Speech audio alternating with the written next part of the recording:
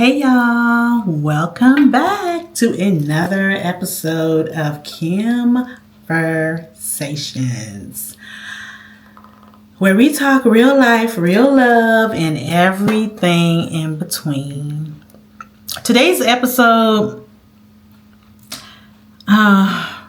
came from a moment at the gym that I have not been able to shake.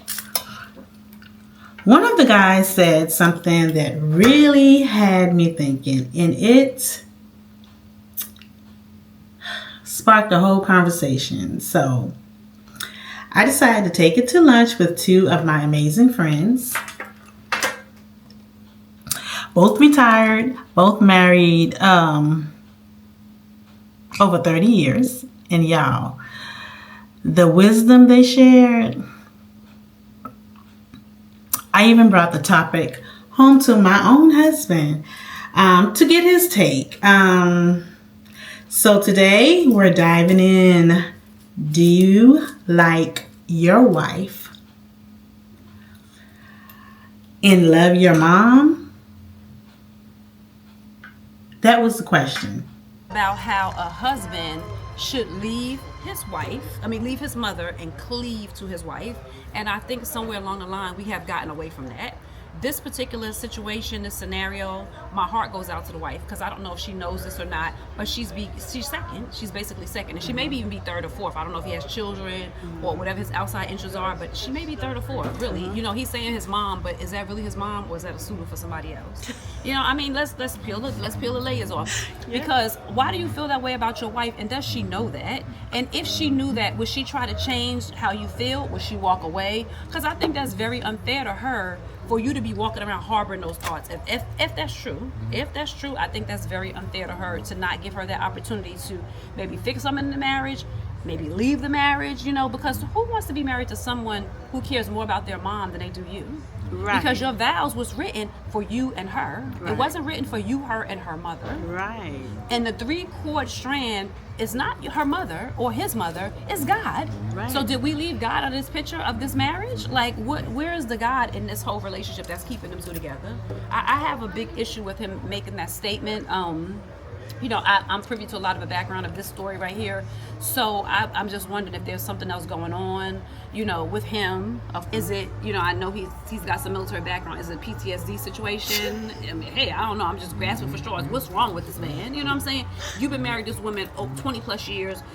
She shared many of your kids. All your babies are by her except for one. What's the disconnect? What happened in this relationship? And if something happened, has he been man enough to tell her that this has happened? Give her the right to either go or stay. Right. Because right now I feel like she's being abused and she don't even know she's being abused. Right. Or maybe she knows she's being abused. I don't know that background. But I have big heartburn with that statement. I really do. So did this make you wonder how your husband would answer the question? How do you think your husband would answer the question? No, I definitely don't think my husband would ever say that. I don't.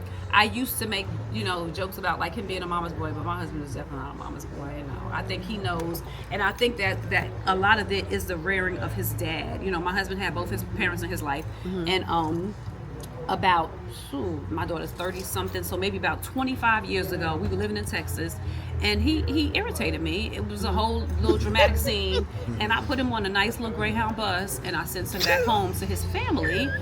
I promise you, that same night, his father called me and was like, I don't know what's going on, but I took him from his mom's, and I brought him to my house, and you'll have him back on tomorrow. His father put him back on that Greyhound bus and said, go handle your business with your wife. Wait a minute. Yes, he did. He most certainly did. And my father-in-law, when he was alive, he stands on business. That's right. When he called me, he'd be like, first thing he said, how he treating you? Go in the other room, let's talk. And Joe will tell you to this day, my father-in-law loved me. He loved him some Barbara. Nobody else in that family might like me, but that man loved himself some Barbara. I promise you he did. And we have conversations, just like I have with my aunt. We have serious conversations, and I can tell him, well, your son did this, and this, and this, and this. And he'll be like, I'm going to talk to him. Or he'll be like, look, I don't get involved in married people's business. He'll tell me that in a minute. I don't get involved in married people's business. However, if you're not happy, do this, and this. And I'm going to tell him the same thing when I talk to him on the phone. If you ain't going to be happy, if you're not going to do right by her, leave her alone. That's right. Yeah. So my question to you, same as Barbara, is, we were speaking to one of our gym buddies, and he was just stating how he likes his wife but loves his mom, which it kind of bothers me. It's just been on my mind since he said that, because I'm like, yes, you have to have a certain level of respect for your mom, and of course you love your mom, but you love your mom, once you get married, I thought your wife becomes first and then mom, but what are your thoughts on that? How would you interpret that? Well, one is, as a man with the wife, and when I had my mom, when we first got married, as a man, you're going to face that dilemma, but it comes right up front. It's not years later that you all of a sudden say that I love my mom more than my wife, because if I've lived 20 years with you and I had these feelings and I didn't share those with you, that's disrespect to the utmost. That's right. Because now, especially when you look at it and say that there's something could be happening in our family between the two of us, right? Right. And I'm lost as the woman. I'm lost because I don't know that you have these feelings about your mom versus me. Right. You come in, you say I love you. Now, if you stop telling me I love you, see, that right there should have been a trigger. So let's say that you have an issue with because we know that we share this individual. We know what we're talking about. Yes. So you have a military background. You got PTSD. Yes. Your wife doesn't have PTSD from the military, right? But guess what you just gave her? PTSD. Because she don't know how to handle this. I had to just tell my mom, you had me in church all my life, and you now that I know a little bit about the Bible, where it says that my wife becomes one, and That's right. And you're supposed to appreciate and congratulate us for moving away from you and moving out from you, that I have somebody that's going to give me give me another woman to love, right? So, but I looked at him saying that to be, you're struggling with something, and I think that is more on him than it is him and his wife. I agree. Because she's still being mom, she's still being the taxi driver or whatever, and so when we look at that, how much are you participating in this process as husband? But you got the audacity to tell me that I love my mom and I like you. Okay, so what does that tell me? What you really saying? Because it's not about that, because I've been around your mom for 20 years. Right. And your mom because if it was going to be about mom would have already gotten in my shit about my son, She would have done something to piss you off to the utmost, to where you don't even, when he go home, he go by himself, because you don't want to be around. So to tell you guys that statement, it's not that you're going to disrespect his wife or look at his wife negative. Right. You look at him. That's right. Because for you to be that bold, or you're either bold or stupid. Right. To say that to two other adult women, especially that are married, being a woman. Well, we'll use being married, but being a woman, and you hear this man that you respect say that I love my mom, but I like my wife. Right. Make that make sense. So. Right. And both of you was triggered by the statement because you're your wife and your mom, and it's like, wait a minute now, would I tell if you had that situation in your life with your kids, because we know who we are, we would go straight to them like, what, I don't like that, or whatever. Right. We would have created a scenario where somebody would have left, either she would have left him or he would have left her. So I just think that in mouthing, in conversation, you got caught up with choice of words, and you used the wrong words at the wrong time. So, yeah. And I'll say that because I want to believe that. Right. But now, if you were serious, then you need to go really, really and look real deep within you. And leave that lady alone. Right. After all these years, leave that lady alone.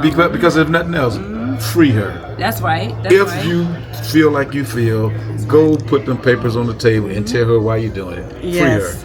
Free her. Don't let her keep, or we don't know if she's suffering, but based on that statement you said, she's suffering. Yes. And has been suffering. So yes. Free her. That would be me.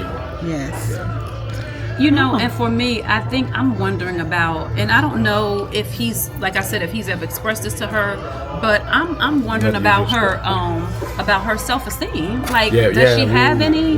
Has he tanked? Like, when you make that statement to me, because I know him, I'm believing he probably said that to her or something similar or something like that. I'm really concerned about her self-esteem. Yes. And I know it's difficult. You've been with somebody for so long. You know, you don't fix yourself up. You don't do this. You don't do that anymore because of this person. However, this person is giving you their behind to kiss, and they are just beating you. Like he said, you're the taxi driver. You picking up the kids. You dropping off the kids. You doing this. You cooking. You're everything to this household, but you're not being respected like you're a member of this household. Like you're a part of this team because y'all are a team. This is a team effort. There's no way in the world y'all could have made it all these years without being a team. Them kids would have faltered, and I know his kids some of them are excellent in the things that they have endeavored to do. So therefore, that was a team effort. That wasn't her, and that wasn't just him. That was a team. You know what I'm saying? So the effort you poured out over the years into these kids, you need to now flip it and pour it back into this marriage. And a lot of that is going to happen when him, the husband, takes accountability for some of his actions. Exactly. And we all know the streets is calling, but we don't got to answer. Exactly. Because there's nothing out there. Exactly. And at this big old age, why are you still out there? That's my question. At this big old age, why are you still out there? So, do y'all think that there could be a resolution to what he said? Do you think that someone would be able to get through to him that what he said was wrong and that he needs to I don't think to him. I will hope maybe if they have friends, maybe as a couple, somebody would try to and I think that's why I love you guys so much, and I like to hang out with you guys because I like to get a different perspective. I like to hang out with people that's married, that value marriage, that value their spouses, and that way. And you know, I always ask him questions. I know you always ask him questions because I want to know: am I wrong? Should I fix this? You know, and I always start off my questions with, just tell me if I'm wrong. Because if it's something that I need to fix, I want to fix it. I want to have a solid, strong marriage. You know what I'm saying? I want that person that's going to be there with me, you know, when I'm ill, sick, whatever. You know what I'm saying? I don't want to be out in the streets looking, you know, like I have a lot of friends that's out there looking. I don't want to do that. I did that 30 years ago. At a certain age, it should be over. And because we know the age of said person, you know, the only, you're trying to hold on to something that's done its course. It's ran its course. Yes. You know, so your past. And it makes you look even worse because he talks a lot about it. Well, you're not mature enough to graduate to the next level. There should be something else tweaking your interest. Yes. You know what I'm saying? At this point grandkids, in life. You know, us going on a cruise, us going to Vegas, whatever. Yes. Right. You know, but to be at a point where you still coming up with scenarios like this, you know, it doesn't look well on a man's behalf because me as a man hearing you say, and I know, you know, mama's boy, and that's the key word. Mama's what? Boy. That's right. Who did you hear say mama's man? That's right.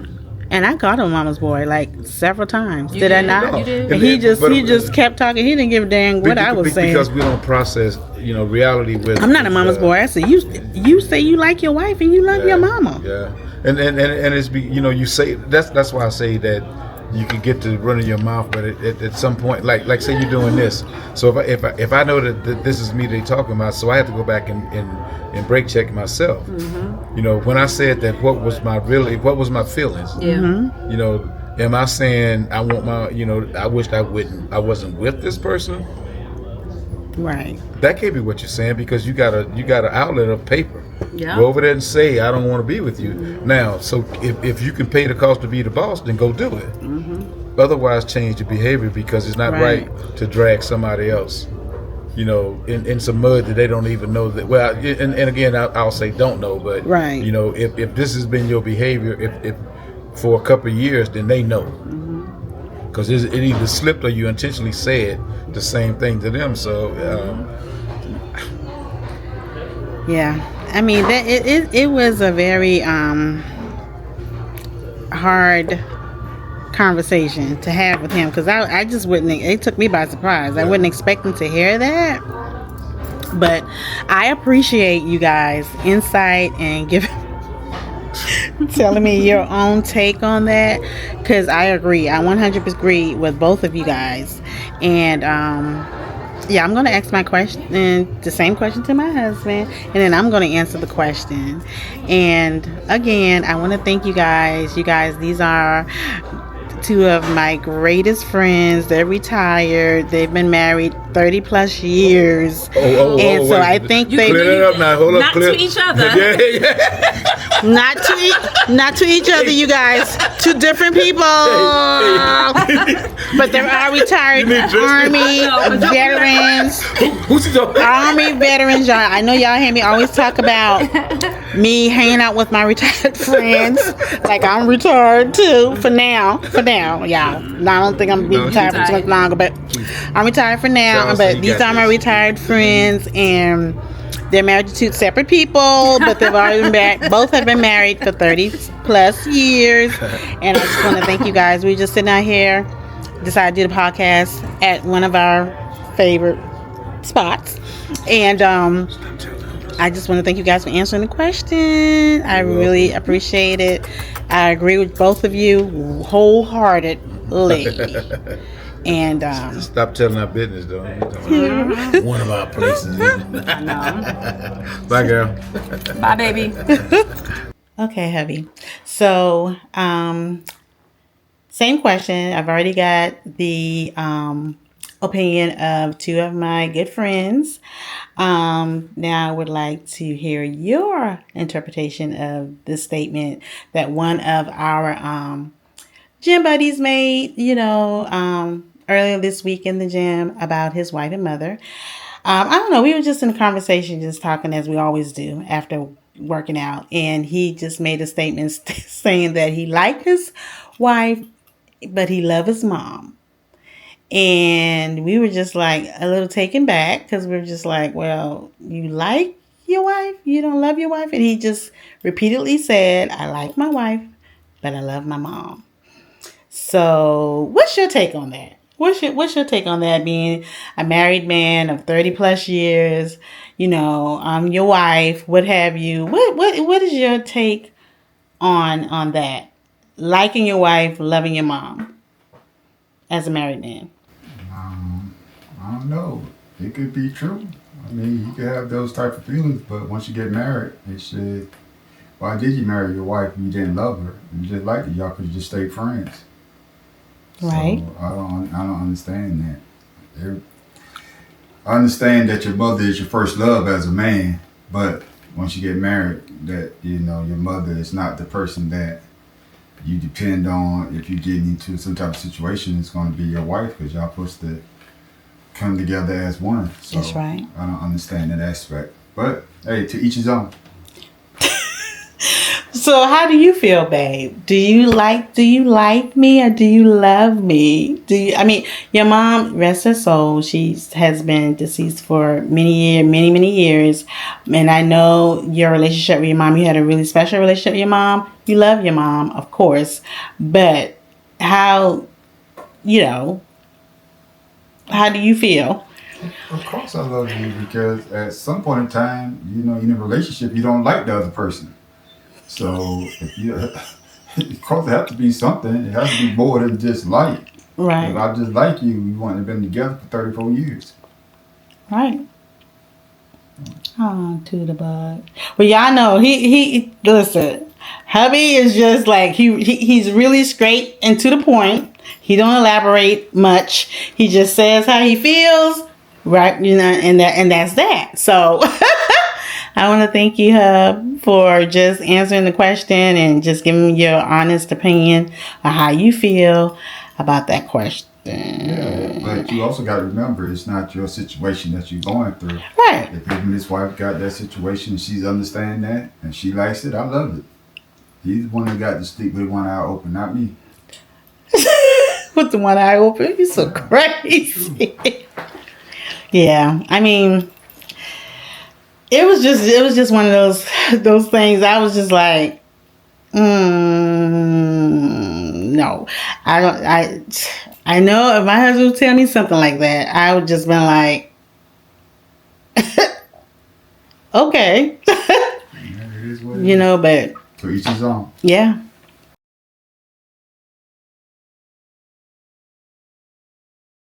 And that's a wrap on today's conversation. Well, what a discussion, right? I hope this episode stirred something in you, whether it challenged your beliefs, sparked a conversation with your partner, or simply made you reflect on your own experiences around love, loyalty, and the sacred dynamics between family and marriage. Um, we don't always have the answers, but what we do have is space. Space to unpack, to listen, and to evolve. Remember, choosing your spouse doesn't mean dishonoring your parents. And honoring your parents doesn't mean neglecting your partner. There's room for both love and balance. But it takes growth, maturity, and a whole lot of communication. So as always, I encourage you to keep talking, keep healing, and having these conversations, whether it's with your tribe, your spouse, or in a quiet moment of reflection with yourself. Until next time, I'm your host, Kim, reminding you that healing is a journey, you guys, not a destination. Keep showing up for yourself, though. Always show up for yourself. And for the ones that you love. Your peace is so personal. So personal.